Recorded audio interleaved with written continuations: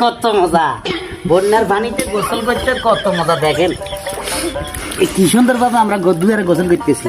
আসলে কাক বলতে রে কত মজা রে।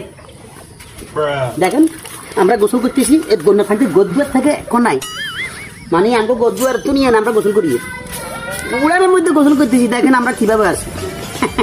আরে বাউরে ডুব দিয়ে তো